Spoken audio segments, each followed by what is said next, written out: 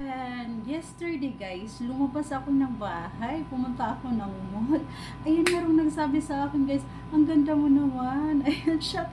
Bigla akong na guys, bigla akong na shock. Ayan, lumapit sa akin at gusto magpa-picture and picture daw kami. Ayan, ayan guys, feeling tuloy ako guys, tarang nahiya tuloy ako guys.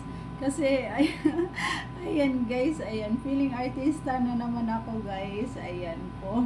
Ayan, para tuloy ayoko nang lumabas sa bahay guys. Kasi ang ganda ko daw.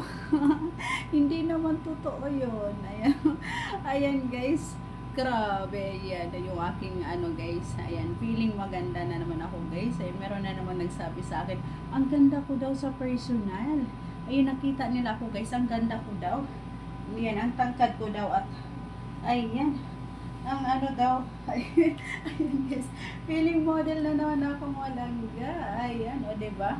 Ayan guys, o diba? Ayan, sobrang naman.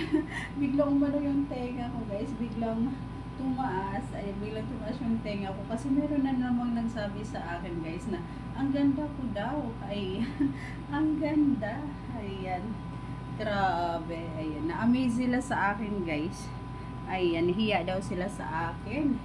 Hiya silang tumabi. Then, ang ganda ko daw. Ang ganda. Ayan, ang totoo niyan guys, hindi naman talaga ako maganda guys. Ayan, ayan, pag wala lang katabi guys, pag walang iba, ayan, maganda tayo pag wala tayong katabi. Ayan po. Ayan, check. Check, ayan. My outfit for today guys. Ayan, yung aking outfit for today.